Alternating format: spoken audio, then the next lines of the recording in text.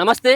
రాష్ట్రంలో జరుగుతున్నటువంటి తాజా పరిస్థితులు, ఒక పక్కన తెలంగాణలో ఉప ఎన్నికల అంశం కావచ్చు, మరో పక్కన కవితకు బెయిల్ కావచ్చు, ఇంకొక పక్కన కేటీఆర్ హరీష్ రావు టూరు.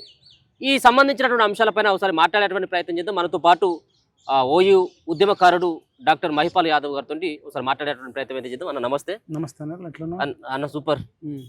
ఏం నడుస్తూ ఉంది? ఒక పక్కన కల్వకుంట్ల కవితకు సంబంధించినటువంటి దాంట్లో మరి 4-5 నెలలు అవుతా ఉన్నది, బెయిల్ రావట్లేదు. బెయిల్ వస్తుంది అన్నటువంటి ఓపీ ఏమైనా ఉన్నదా? వాళ్ళందరూ కూడా ఒక పక్కన హరీష్ రావు బావ, అన్న కేటీఆర్ కూడా వాళ్ళు వెళ్ళడం జరిగింది. ఈసారి ఏమైనా బెయిల్ వచ్చేటువంటి అవకాశం ఉంటుందో? కడిగిన ముత్యం లెక్క ఈసారి అన్న బయటకు వస్తుంది అంటావా? ఇప్పుడు వచ్చినా రాకపోయినా ఆమె కడిగిన ముత్యం కాదన్నట్టే. ఎందుకంటే గింతకాలం ఉన్న తర్వాత వచ్చుకో 2 రోజులకు వస్తే అది కడిగిన ముత్యం. కానీ ఇప్పుడు ఆమె అసలు ముత్యం కాదు. ఫస్ట్ ఆఫ్ ఆల్ ముత్యం అయితే కడిగి రావచ్చు. ఈ కడగలేనటువంటి బురద అంటుందంట. ఇంకా అసలు ఆమెను ముత్యంతో పోల్చకూడదండి. ఆమెను ఎట్లా పోల్చాలి అంటే, ఆమె ఒక అవినీతి పర్రాలు, ఒక లిక్కర్ దొంగను ఇప్పుడు ఎలుక తోలు తెచ్చి ఎన్ని నాళ్ళు ఉతికినా నలుపు నలిపే కానీ తెలుపు కాదు.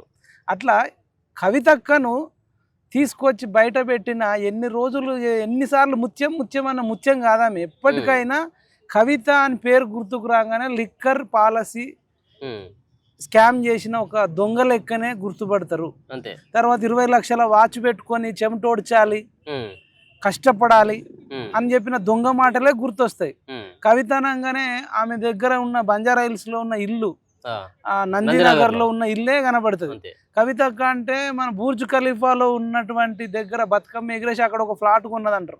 అంటే కవిత అంటే ఇవన్నీ గుర్తొస్తాయి తప్ప కడిగిన ముత్యము, ప్రజాసేవకురాలు, త్యాగమూర్తి, ఇవన్నీ వాళ్ళకు వాళ్ళు సెల్ఫ్ డబ్బా కొట్టుకోవడం తప్ప ఆమె బ్యూటీ పార్లర్ పెట్టుకునేట ఆమెకు ఇన్నిగానే వేడుకలు వచ్చినాయి. ఆమెకు బెయిల్ వచ్చినా ఒకటే, రాకపోయినా ఒకటే. ఇట్లాంటి క్రిమినల్స్ కూడా ఇంకా చట్టాలు పటిష్టం చేసి ఉరిశిక్ష చేసినా తక్కువనే. ఇట్లాంటి క్రిమినల్స్ను, ఆమె ఎంత పెద్ద క్రిమినల్ అంటే కల్వం అంటే కేసీఆర్ సొంత తండ్రి కలుస్తలేడు అంటే వాళ్ళ ఇంట్లో పేర్లే ఉన్నదంట కల్వము. నా కూతురుని కలవను అని కల్వకుంట్లానే ఉంది. ఇప్పుడు నిజంగా కవిత మంచిదైతే తండ్రి ఎందుకు చూసిరాడు? అసలు కేసీఆర్ అగ్గి రాజేస్తుండే ఇప్పటికి. రాష్ట్రం అగ్గి ఇట్లా కాలబెట్టేటోడు. కాబట్టి కవితకు బెయిల్ వచ్చినా బెయిల్ రాకపోయినా ఇట్లాంటి క్రిమినల్ ఫ్యామిలీ, నేను బయట కూడా తెలుసుకున్న, ఏదో బట్టకాల్చి మీద పడేయడం కాదు. ఈమెకు డబ్బు అంటే పిచ్చేట, వ్యామోహం.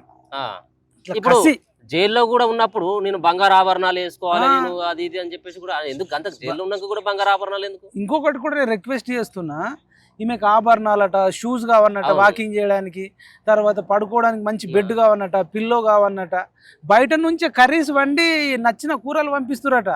దయచేసి అది ఒకవేళ నిజమైతే కనుక ఆమె చిప్ప కూడా తినాలి, అందరు తిన్నట్టు చింత పులుసే తినాలి. చింతమడక గ్రామం వాళ్ళది కాబట్టి వీళ్ళు చింత పులుసే తినాలి. జైల్లో ఏదైతే చింత పులుసు వేసి పెసరపప్పు, తొగరపప్పు చేస్తారు, లేదంటే చింత పులుసుతో ఉల్లిగడ్డలు వేసి చేస్తారు, అది తిని మాత్రమే బతకాలి. తప్పు చేసిన వాళ్ళకు ఈమె ఏ తప్పు చేయకపోతే ఇన్ని నెలలు ఎందుకు ఉంటదండి? ఆమె అంటుంది బట్టకాల్సి మీద నా మీద కక్ష సాధింపు అని చెప్పేసి అంటుంది కదా. మరి 70 కోట్ల మంది ఆడోళ్ళు ఉన్నారు భారతదేశంలో.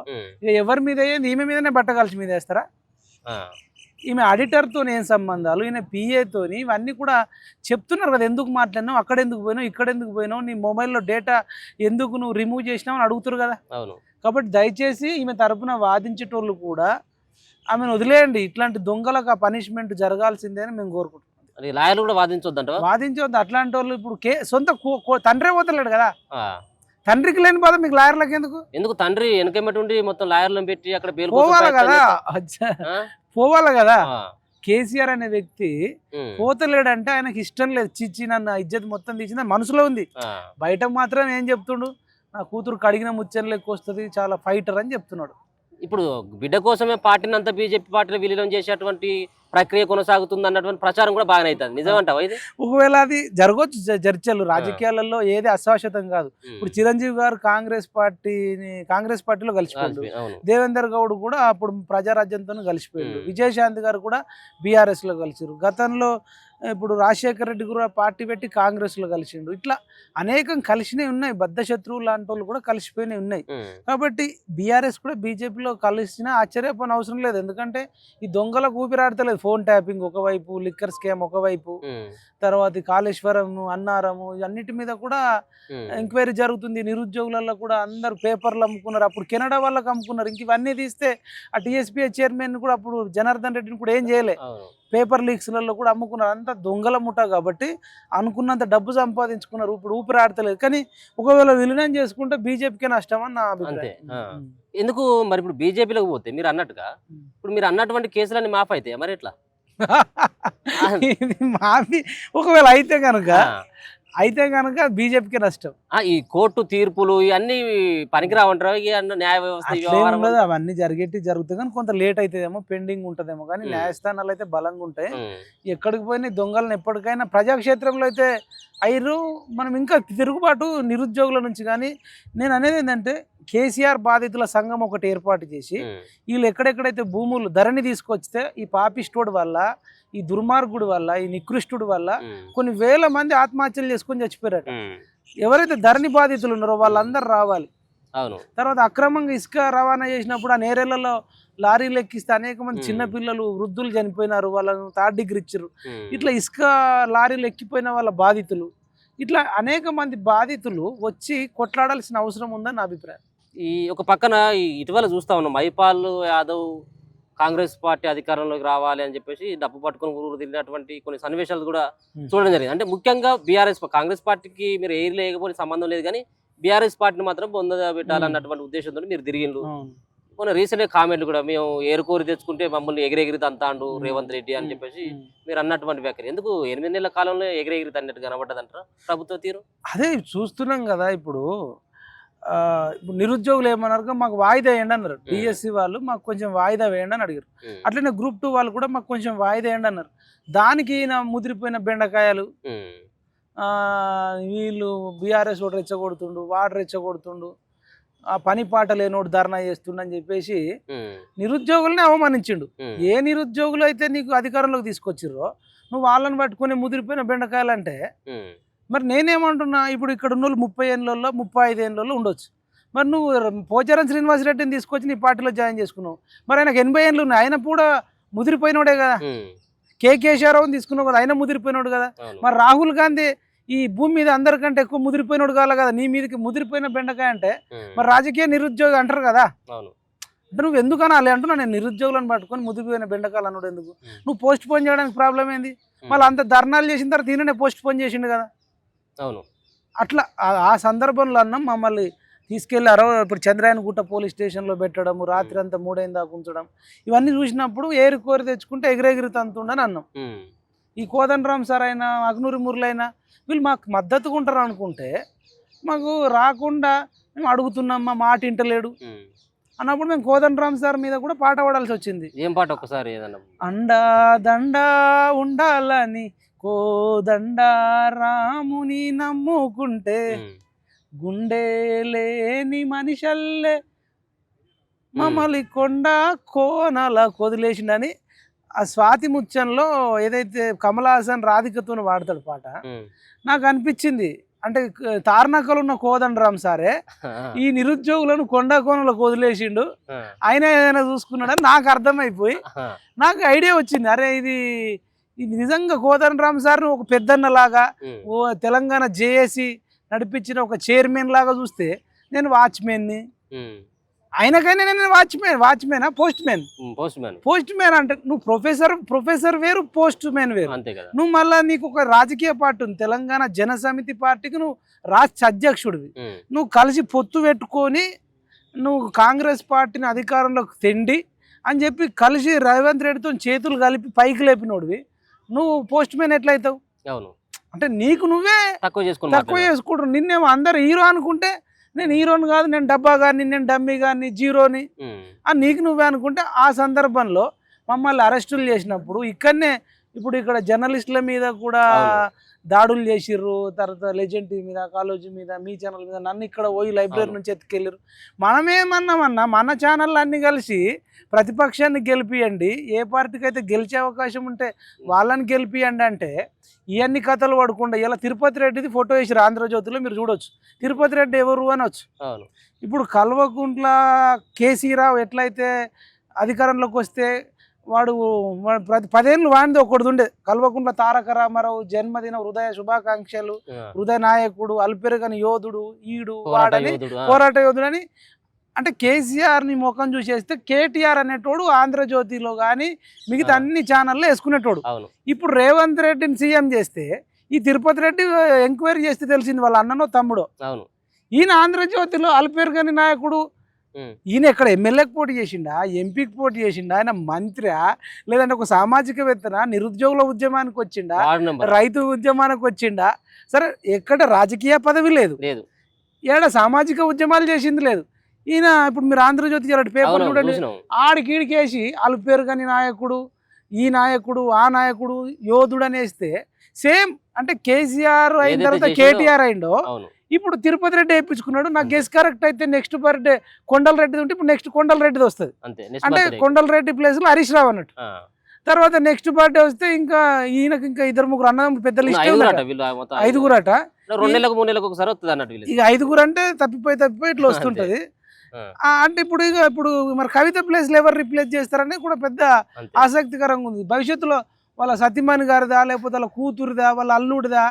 ఇక ఈ ఆంధ్రజ్యోతి ఇప్పుడు మొత్తం ఎందు ఈ అటాచ్మెంట్ ఈ ఆంధ్రజ్యోతికి. మళ్ళీ ఇప్పుడు రవిప్రకాష్ కూడా ఇప్పుడు ఇది అన్నట్టుగా ఈ తెలంగాణలో బీఆర్ఎస్ పార్టీ అధికారంలో ఉన్నప్పుడు మనం మెట్రోలో కానీ ఇక్కడ ఉన్నటువంటి ఈ పెద్ద పెద్ద పిల్లర్లకు కానీ చూడడం జరిగింది, డిస్కషన్ అయింది. 1000 కోట్ల రూపాయలు ఈ ఫ్లెక్సీలకే పెడతా ఉన్నాడు, ఈ ప్రకటనలకే పెడతానని. ఇప్పుడు కూడా యాజ్ ఇట్ ఈస్ అదే జరుగుతా ఉందా? సేమ్ జరుగుతుంది. అక్కడ కల్వకుంట్ల ఫ్యామిలీ ప్లేస్ లా ఇక్కడ ఎనుముల ఫ్యామిలీ ఉంది. ఎనుముల ఫ్యామిలీ వర్సెస్ కల్వకుంట్ల ఫ్యామిలీ దేంట్లో దోచుకోవడంలో డౌట్ వస్తుంది. ఇప్పుడు నేను అమెరికా టూర్ పోయింది కూడా నేను ఒక ట్విట్టర్లో చూసిన, ఇలా రెడ్డికి సంబంధించిన స్రవంత్ పోరెడ్డి అని ఉంటాడు. ఈయన స్రవంత్ పోరెడ్డి అని తెలంగాణ ఉద్యమకారుడు, కాంగ్రెస్ పార్టీ నాయకుడు, US లో ఉంటాడు. ఈయననే ఏం పెట్టిండంటే 2 days బ్యాక్ స్రవంత్ పోరెడ్డి అని మీరు చూడొచ్చు. స్రవంత్ పోరెడ్డి SRADANTHPOREDDY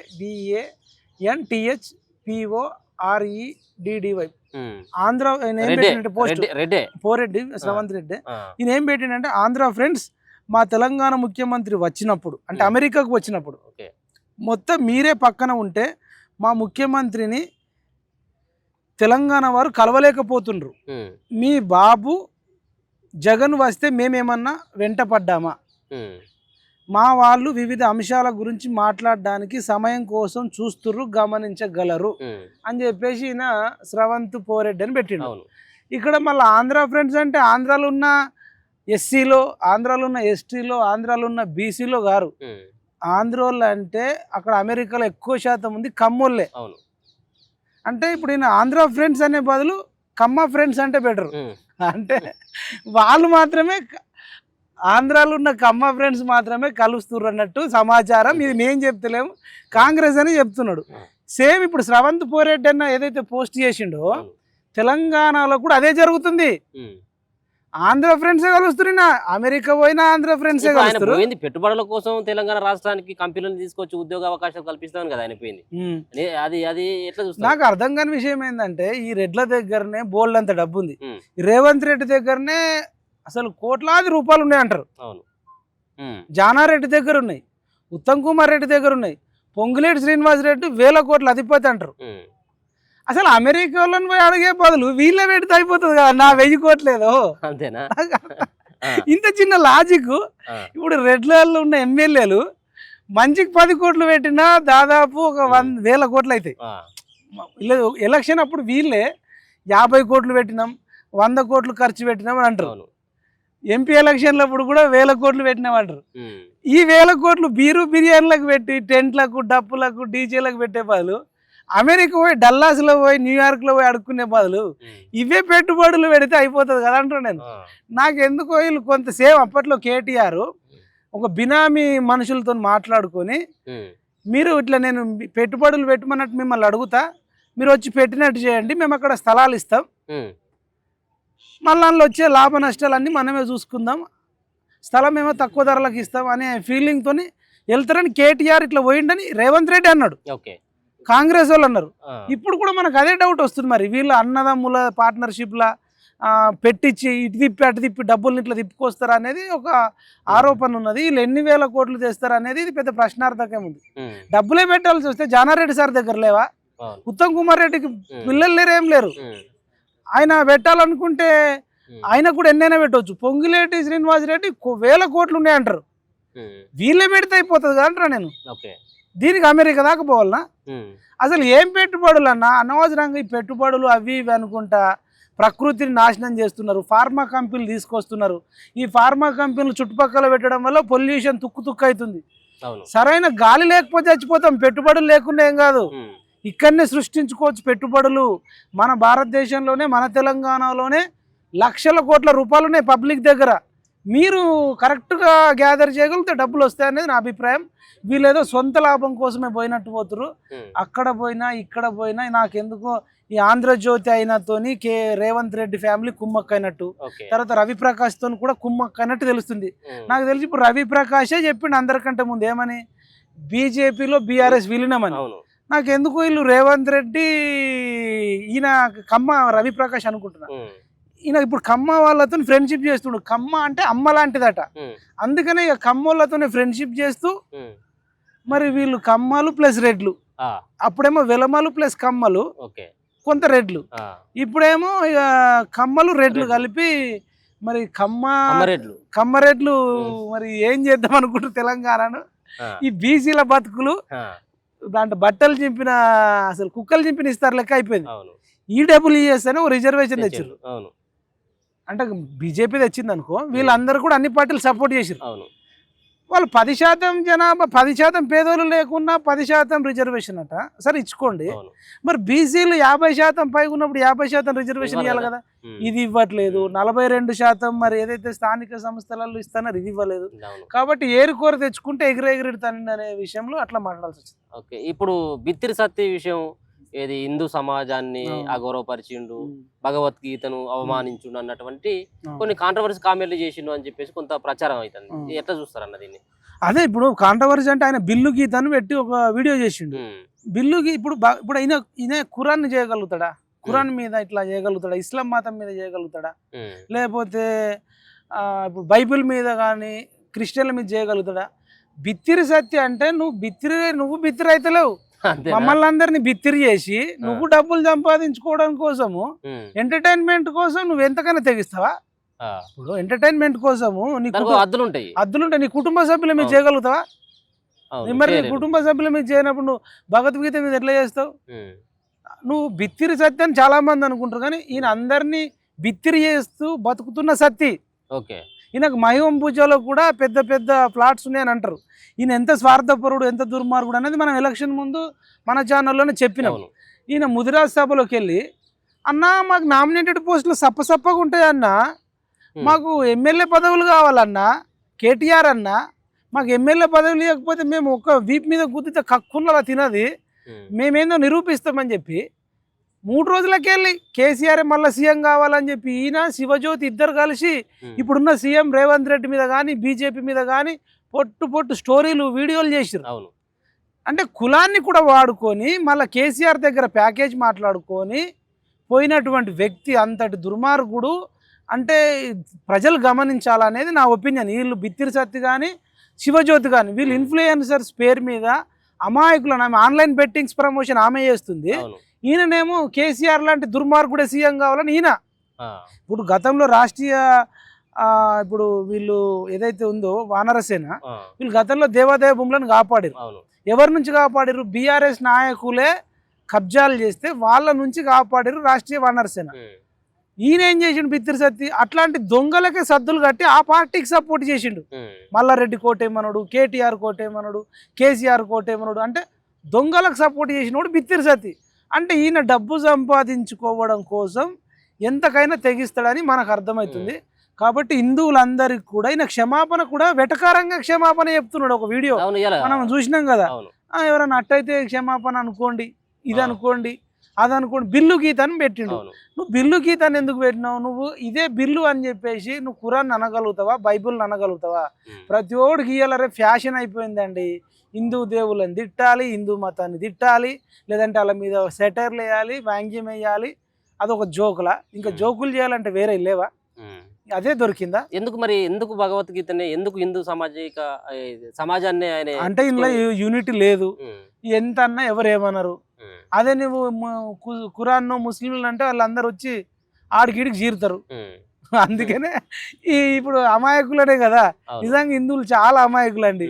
వాడు ఎంత అన్న తిట్టని, వాడు వచ్చి వెంకటేశ్వర స్వామిని తిడతాడు, ఇంకోటి వచ్చి అయ్యప్ప స్వామిని తిడతాడు. ఇప్పుడు ఏకంగా భగవద్గీత శ్రీకృష్ణుడికి సంబంధించే సెటైర్లు వేస్తున్నాడు. అంటే వీళ్ళు డబ్బు సంపాదించుకోవడానికి ఎంతకైనా తెగిస్తారు.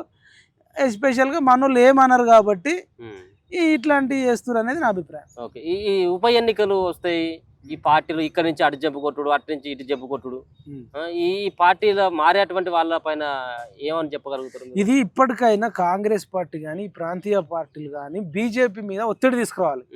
ఇంకా బలమైన చట్టం రావాలి, చట్టాన్ని ఇంకా సవరించాలి. ఇది స్పీకర్కి ఇవ్వకుండా, స్పీకర్ ఎవరండి? ఏ రాష్ట్ర ప్రభుత్వం అయితే ఏర్పడుతుందో వాళ్ళే మెజారిటీ ఉంటారు కాబట్టి వాళ్ళు సెలెక్ట్ చేసిన వాళ్ళే అవుతారు. ఇప్పుడు వీళ్ళు ఏం చేస్తారు? ఆ ముఖ్యమంత్రి ఆ ఎమ్మెల్యేలో చెప్పినట్టు ఆ ప్రభుత్వం చెప్పినట్టు వినే అవకాశాలు ఎక్కువ ఉంటాయి. కాబట్టి గతంలో ఉన్న పోచారం శ్రీనివాసరెడ్డి కూడా స్పీకర్గా ఉండి ఒక్కరిని కూడా ఏం చేయలేకపోయిండు. అంటే అక్కడ లోపం ఉంది, వ్యవస్థలో లోపం ఉంది. కాబట్టి ఇది స్పీకర్కి ఇవ్వకుండా డైరెక్ట్ ఎన్నికల కమిషన్ తీసుకుంటుందా? ఇప్పుడు ఎన్నికల కమిషన్ ద్వారానే వీళ్ళు ఎలక్షన్ అవుతుంది కాబట్టి మరి ఇది ఎలక్షన్ కమిషనర్ ఆఫీసర్కే స్వచ్ఛంద రాజ్యాంగ ప్రతిపత్తి ఉన్నది కాబట్టి వాళ్ళకే ఇచ్చి, అది ఒకవేళ వాళ్ళ పార్టీ మారిన మాట నిజమైతే ఆ ఫోటో క్లిప్స్ వీడియో క్లిప్స్ కనుక్కుంటే ఎంక్వైరీ చేసి వాళ్ళను జీవితకాలం వాళ్ళ పదవి పోయి మళ్ళీ ఎప్పటికీ పోటీ చేయకుండా వాళ్ళకి జైలు శిక్ష కూడా కఠినాతి కఠినంగా ఉండేటట్టు చేస్తే భయపడతారు. ఎక్కడోడు అక్కడ ఉంటాడు. అది రానన్ని రోజులు ఇవన్నీ జరుగుతూనే ఉంటాయి. ఆ దిశగా మనందరం పనిచేయాలి. ఈ ప్రాంతీయ పార్టీలు కానీ కాంగ్రెస్ పార్టీ కూడా ఉన్న కేంద్ర ప్రభుత్వం మీద ఒత్తిడి తీసుకురావాలి. ఇన్ని బిల్లులు తీసుకొస్తారు కదా, ఇది ఒక్క బిల్లు కరెక్ట్ తీసుకొస్తే అయిపోతుంది కదా. ఇక్కడ ఉన్న బీజేపీ తరఫున గెలిచిన ఎంపీలు కూడా అడగాలి, బీజేపీ నుంచి గెలిచిన ఎమ్మెల్యేలు అడగాలి, కాంగ్రెస్ నుంచి గెలిచిన ఎమ్మెల్యేలు ఎంపీలు అడగాలి. ఈ కేటీఆర్ హరీష్ రావు అన్నట్టు ఇంత ఎగురుతున్నారు కదా, వీళ్ళు కూడా అడగాలి కదా అని నేను కోరుకుంటున్నాను.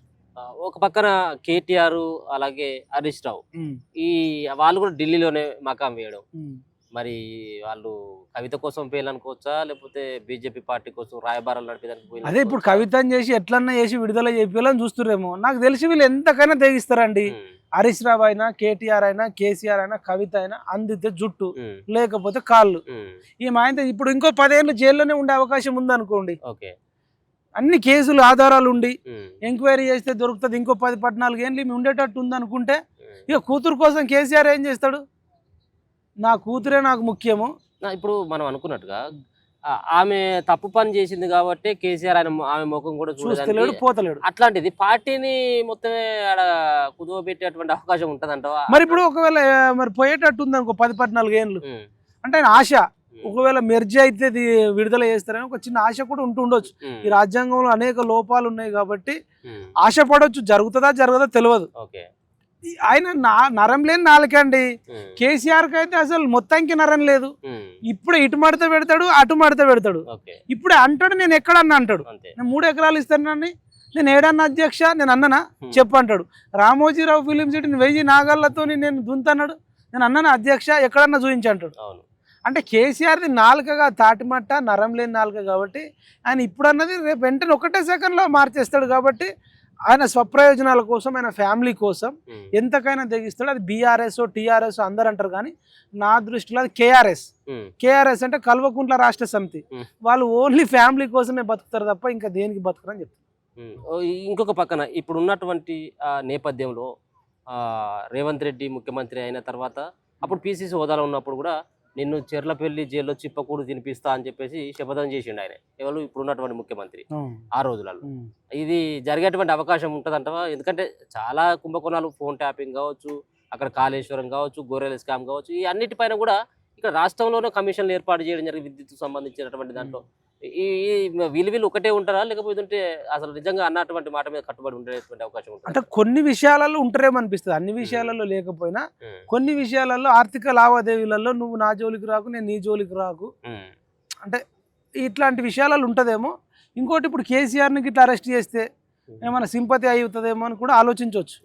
ఇంకొకటి మీరు అన్నట్టు వీళ్ళు ఎవరెవరైతే ఎక్కడెక్కడైతే అవినీతి చేసిరో దాంట్లో నీ వాట ఎంత నా వాట ఎంత వాటాలు పంచుకుందాం, ఇది పబ్లిక్కో ప్రభుత్వానికో ఇస్తే మళ్ళీ ఇవ్వాల్సి వస్తుంది. ఇప్పుడు బాల్కాసు మన విషయంలో కూడా అంటారు వీని మీద చాలా సంపాదించుకున్నాడు, వీని దగ్గర ఎంత తీసుకున్నా అంత తీసుకున్నారు కాబట్టి వీడు అప్పటి నుంచి సైలెంట్ అయ్యింది అనేది ఒకటి ఉంది. అంటే ఎక్కడెక్కడైతే ఇలా బ్లాక్ మనీ అక్రమ సంపాదన బినామీలు ఉంటే 50-50 షేర్ చేసుకోవచ్చు, మళ్ళీ రాజకీయంగా కొట్లాడుకునేది రాజకీయంగా కొట్లాడుకోవచ్చు. ఇది అనవసరంగా పబ్లిక్ ఎందుకు వంచాలనేది కూడా ఉన్నదని మనకు కూడా కొంతవరకు అట్లా అర్థమవుతుంది. ఇంకా భవిష్యత్తులో ఏ ఎమ్మెల్యే అరెస్ట్ ఇప్పుడు సుమాన్ అరెస్ట్ కాకుండా, గాదర్ కిరోషర్ అరెస్ట్ కాకుండా, ఆరుమూరు ఎమ్మెల్యే జీవన్ రెడ్డి, మల్లారెడ్డి, ముత్తిరెడ్డి, మంత్రి శ్రీనివాస్ గౌడ్, మాజీ మంత్రి శ్రీనివాస్ గౌడ్, కేటీఆర్, హరీష్ రావు, కేసీఆర్, వీళ్ళంతా ఎంత పెద్ద క్రిమినల్స్ అండి. వీళ్ళు ఎవడు అరెస్ట్ కాకపోతే మరి వీళ్ళ దగ్గర అండర్స్టాండింగ్ ఉందంటే ఫీల్ అవుతారు కదా. ఒక్కడంటే ఒక్కడు అరెస్ట్ కాలే, ఇది హైలైట్ కామెడీ అసలు. చూద్దాం మరి భవిష్యత్తులో వీళ్ళు ఇట్లనే ఉండి ఎవరు అరెస్ట్ కాకపోతే మాత్రం ఇది బీజేపీ నెత్తి మీద పాలు పోసినట్టే అవుతుంది. ఈ జాబ్ క్యాలెండర్ గురించి ఎందుకంటే చాలా ఏళ్ళుగా జాబ్ క్యాలెండర్ వేయాలన్నటువంటి ఒక ఉద్యమాన్ని నడిపేయడం జరిగింది స్టూడెంట్స్ అంతా. జాబ్ క్యాలెండర్ ఇది ఎట్లా స్పందిస్తారు? జాబ్ క్యాలెండర్ క్యాలెండర్ ఇచ్చిర్రు ఓకే మంచిదే, కానీ అలా జాబులు కూడా ఇవ్వాలి కదా. ఇప్పుడు కుండలు పెట్టి కుండలు అన్నం లేకపోతే ఎట్లా, ఎంత ఉందో తెలవాలి కదా. దాని ప్రకారం ఇప్పుడు మరీ తక్కువ ఉన్నాయి అనుకో జాబులు, కొందరు ప్రిపేర్ కారు. ఎక్కువ జాబ్స్ ఉంటేనే అర్థం. ఇప్పుడు మెగా డిఎస్సి ఉంది అనుకోండి, కొంత బాగా క్లెవర్ ఉన్న వాళ్ళే అప్లై చేస్తారు. మినీ డిఎస్ ఉంటే ఎక్కువ క్లెవర్లు ఉన్న వాళ్ళు చేస్తారు. మెగా డిఎస్ అంటే ఏవరేజ్ గా చదివేటోళ్ళు కూడా అప్లై చేస్తారు. అప్లికేషన్ డబ్బులు అట్లా ప్రతి దాంట్లో కూడా ఏ జోనల్ వైజ్ గా ఎన్ని పోస్టులు ఉన్నాయి, జిల్లా వారికి ఎన్ని పోస్టులు ఉన్నాయి, జెండర్ వైజ్ గా ఎంత ఉన్నాయి, క్యాస్ట్ వైజ్ గా ఎంత ఉంది, ఇవన్నీ కూడా తెలిస్తే వాళ్ళు ప్రిపరేషన్ అనేది ప్రిపేర్ అవుతారు. కాబట్టి అతి త్వరలో వీళ్ళు ఏదైతే 2 లక్షలు అన్నారో ఇప్పుడు 30,000 జాబ్లు ఇచ్చినామంటారు ఓకే, ఇంకా కొన్ని ఏదో నింపుతున్నాం డిఎస్సి అంటారు. ఇవన్నీ పోగా మిగిలిన జాబ్లు అయితే వేయాలి కదా. మళ్ళీ ఇదేదో కొంచెం కొంచెం అడుక్కున్నట్టు చేయకుండా ఇప్పుడు ఎన్నైతే ఖాళీలు ఉన్నాయో ఆ 2 లక్షలకి ఇంకెన్ని భర్తీ చేయను అవన్నిటిని కూడా వేస్తే కొంత నమ్మకం వస్తుంది. మీరైతే స్వాగతిస్తా ఉన్నారు జాబ్ క్యాలెండర్ వేయడం.